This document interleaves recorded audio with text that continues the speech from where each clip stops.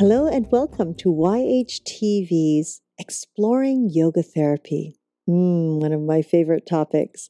I'm Christina Suzama, your host for this program.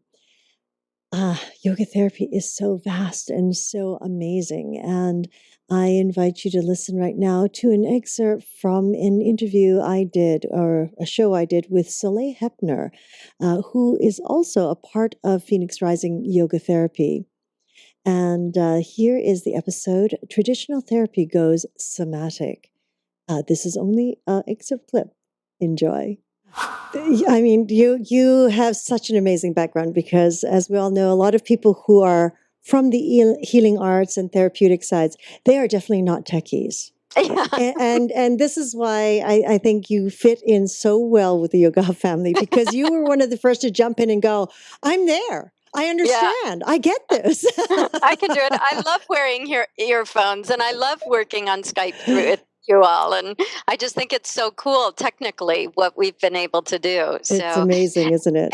And I even do sessions, through Skype, and I use some of that technology as a way of doing the work as well. So it's been interesting to see how the technology, I'm probably using technology more than I ever did when I was actually in high tech, just because it's so much more a part of our lives. Yes, absolutely.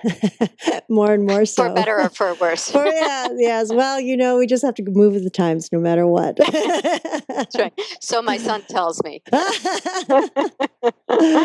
So Soleil, you've moved through Phoenix Rising Yoga Therapy, and you are still teaching and training others to learn those modalities and that technique. And of course, this whole mind-body movement, the finding balance between the Trinity, I call it, body, mind, spirit. It's really coming to the forefront. I mean, there's been a huge paradigm shift in the past few years where people are beginning to understand, that those pills that they've been taking, or those diets that they've been doing, or those sessions, whatever modalities that they've been working in, the more traditional therapies and medicines and everything, it's starting to, it's there. And it's there for a benefit, for reasons, but now they're starting to realize that there are other ways to find a new path that is maybe more suitable at this time of their life.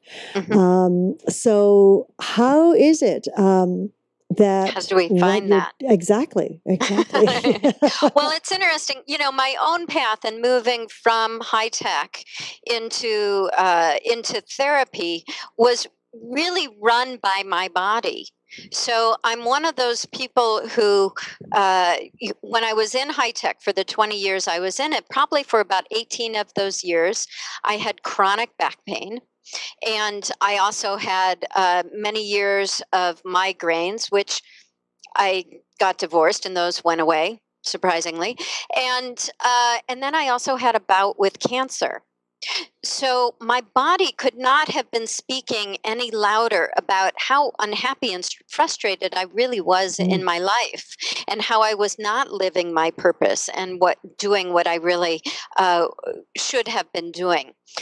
And but I didn't know how to listen to my body, and no one really told me how to listen to my body. I went to therapists, but I went to, chiropractors and PTs for my physical stuff, and I went to, therapists for the unhappiness, but somehow they weren't coming together.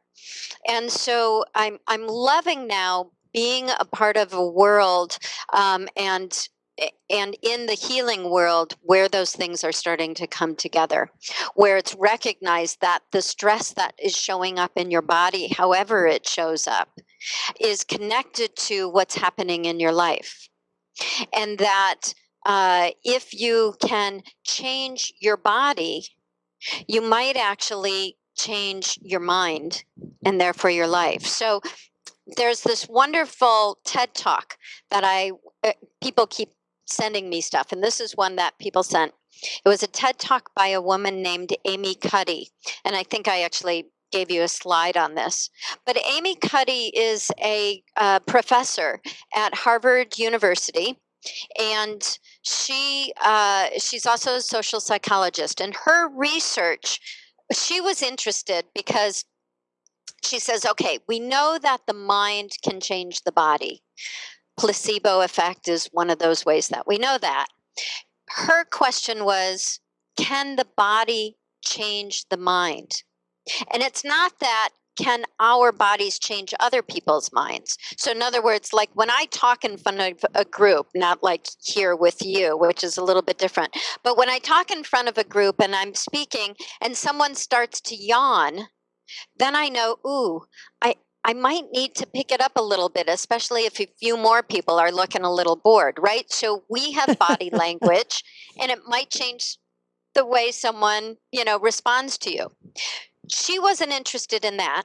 She wondered if our body language can actually change our own minds. And so it's like this.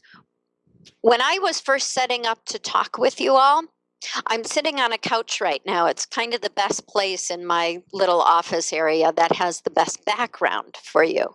And I'm not used to actually doing these. Usually I would sit at my desk, but the background in my desk isn't very pretty, right?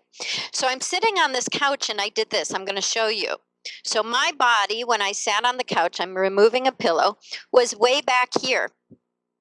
Now, when I sit like this, I don't know about you, but for me, I feel like Lily Tomlin in that really big chair. I feel like this little girl rocking back and forth, like I have no power here. And my hips are sunk below my knees. I'm not very comfortable. And so when I set up for you, I thought, I need to sit up. I need a more powerful position. I'm speaking with you, and I want people to find this interesting. And I need to feel a little more interesting in my body. I need to come forward and all. So I purposefully sat myself up so that I could be in a position where I felt more interesting and engaged. And so what Amy Cuddy says is that if I were to sit in this position for at least 2 minutes, my body can actually change my mind into believing, oh, I'm more interesting. I'm a little more engaged here and a little more powerful here. And certainly it really does work. So that's the connection, between why we have a lot of things that went from the mind to the body. A lot of the traditional therapy went from mind to body. But now the question is, can we move from body to mind and complement? It's not that one is right over the other.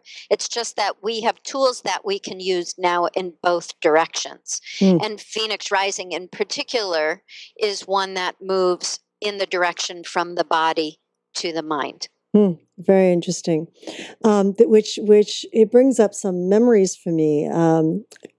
Years ago, when I did an acting class with a gentleman who was like the protege to Viola Spolin, and she was one of the founders of what they called theater games. He continuously through his years travels throughout the world to find different techniques on how to get actors in touch with what their characters are.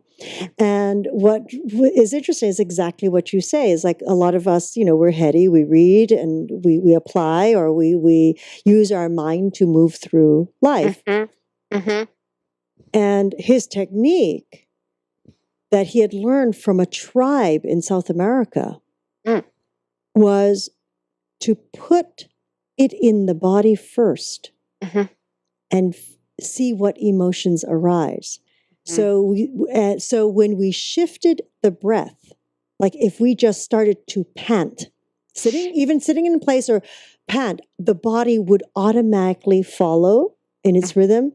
The next thing we knew, it would bring up certain emotions and we would move through the characters as such. So people who, it's kind of dangerous to mess with your mind sometimes when you're working on characters, of course. Yeah. It's like, you could get Things pretty can dark. pop out quick. Huh? Yeah, you could get pretty dark and get stuck in those areas because the mind is so powerful. So instead, it was the opposite. It was bringing it through the body to the mind. Yeah. And that's exactly that's exactly how Phoenix Rising works. So we take it from the body. Now, unlike, you when you're acting, in Phoenix Rising, the intention is to actually see what comes up when you touch into those parts that are nonverbal. Mm-hmm. And when it clicks something in the mind. Now, one of the best people who discovered this connection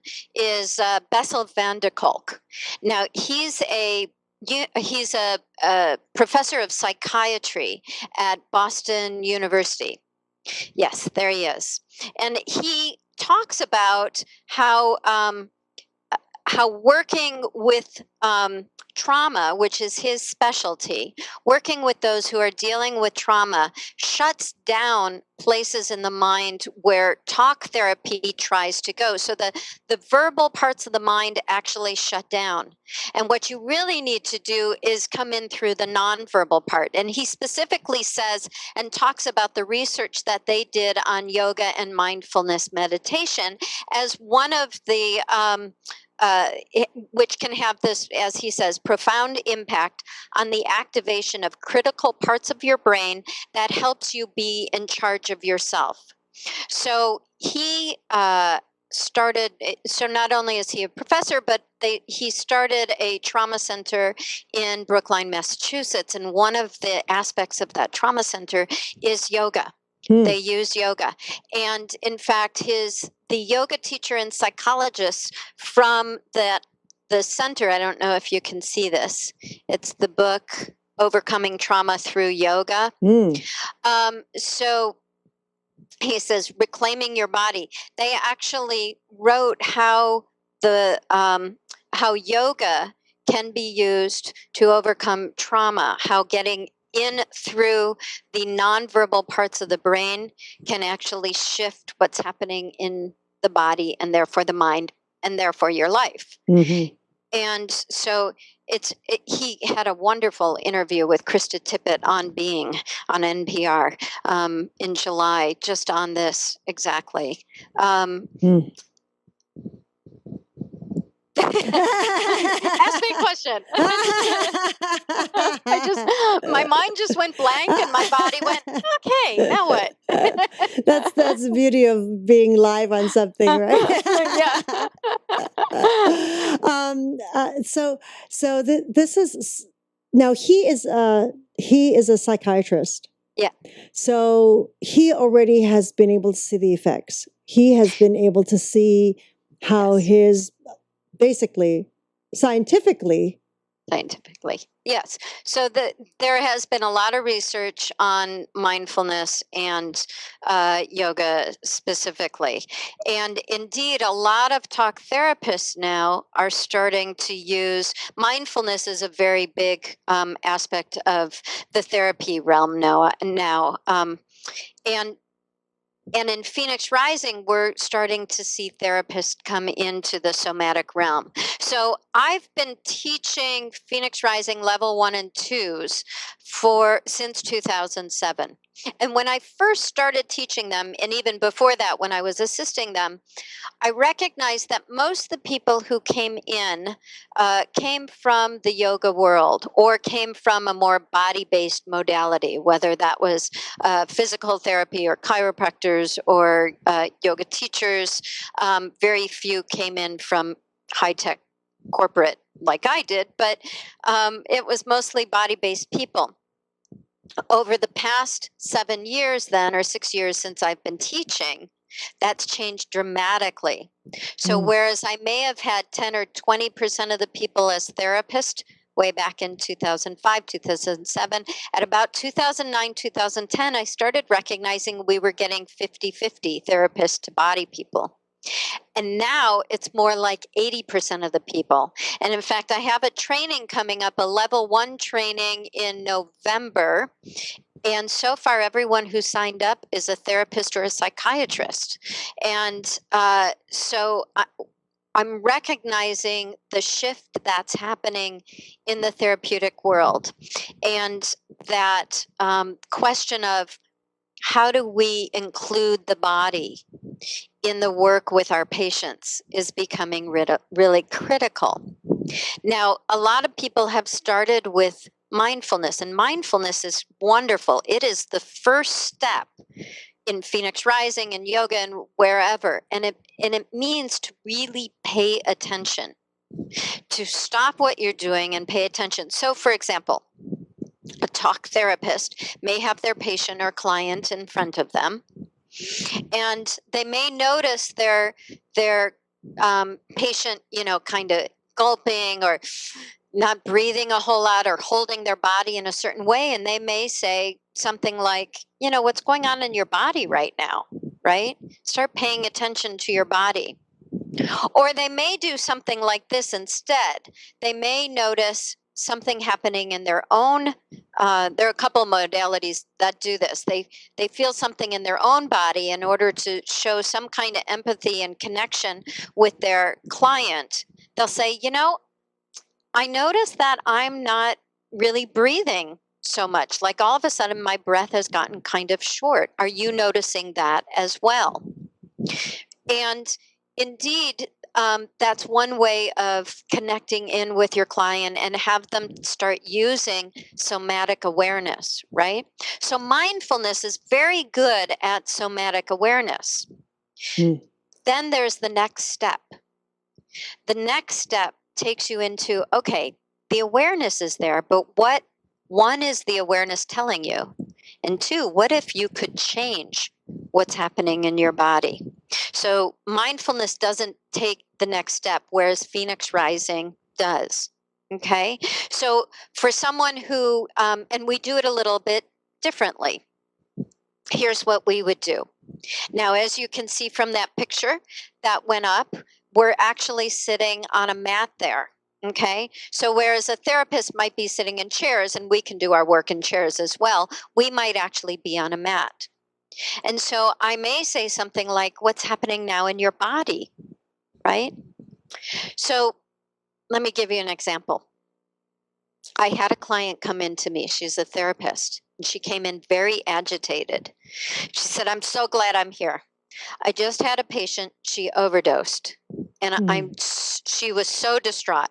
And she said, I have to figure out what to do with this, how to talk to her and her parents, what I need to do. I have to, I just have to take some moments here and figure out what I'm going to do about it. And as she started turning in and paying attention to her body with this intention of needing to figure out what she needed to do with this, she started paying attention to her body. She had this awareness in her body all of a sudden, and she said, I'm exhausted. I don't want to deal with this at all. I can't, I feel like I'm constantly giving to my patients, and I'm constantly giving to my kids and my husband and my family. And, she said, I'm exhausted. I can't do this. And I said, well, if you were to show exhausted, in your body, if you were to exaggerate that, what would it look that like? And right away, she just laid down on her back. And she's like, this. And her arms are out. And she's like, wow. Oh. And I said, well, say more about this, say more about what's happening in your body now. And she started going into how much she needed to really pay attention to her body. She said, I don't want to deal with this at all. In fact, her intention changed. She said, I need to relax. I need to stop thinking about all of this and figure out what's going on in my own body. So we laid there for a while. And she kept going back and forth. Of course, we make intentions, and sometimes they come in through the back way, right? So as much as she wanted to relax, all she could do was continue to think about what was happening with her client and how she had to deal with it. But at the same time, her body was still showing her relaxed. And in about 5 minutes, she said, okay, I can stop now. I can stop my mind. And the relaxed was starting to creep in. Here it is, the body changing the mind, right? And so relaxed was coming. And that's what she chose and stayed with for the rest of the session. So there's that body changing the mind. And it's an active thing that happens. It's an active happening in the moment.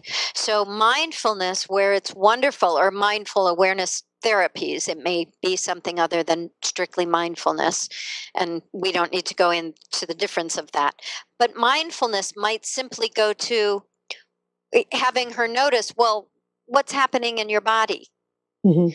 Rather than actually going into a more somatic experience and then using that experience to be in action and making some significant changes. So there's somatic awareness, and then there's the somatic um, experience and somatic action. Hmm. And that's where I think Phoenix Rising is so good. We take the awareness and move it into a true experience long enough so that you can come to action. Mm. And our very last step, then I sat her back up at the end. We went through an integration process that went, what just happened? And what's important about that when you look at your life? And essentially, she said, I notice how much I do take care of others, and I'm really good at that. And I don't mind that. But I'm really not paying any attention to myself. And I'm starting to feel the